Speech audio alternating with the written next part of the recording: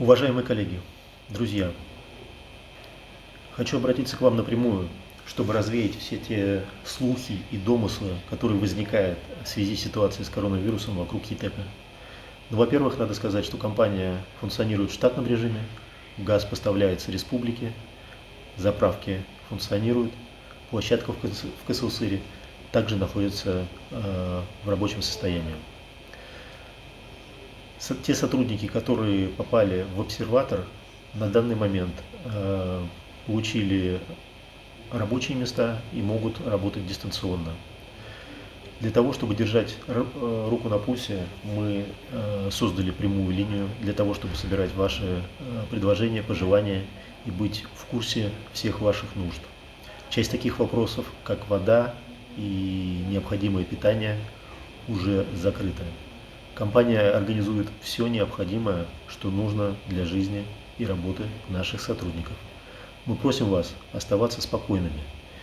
Никто из вас не забыт. И ЕТЭК помнит и ценит каждого своего сотрудника. Хочу подчеркнуть, что ситуация с коронавирусом очень сильно перегрета в СМИ и в соцсетях. По сути, он не отличается от обычного ежегодного гриппа, который вы все привыкли видеть. У меня на данный момент нет температуры уже 4-й день, и я чувствую себя отлично. Первичные тесты показали отрицательные результаты для всех тех, кто находится в обсерваторе, и даже среди людей моего близкого окружения есть также отрицательные тесты. Никто из вас не будет урезан в зарплате.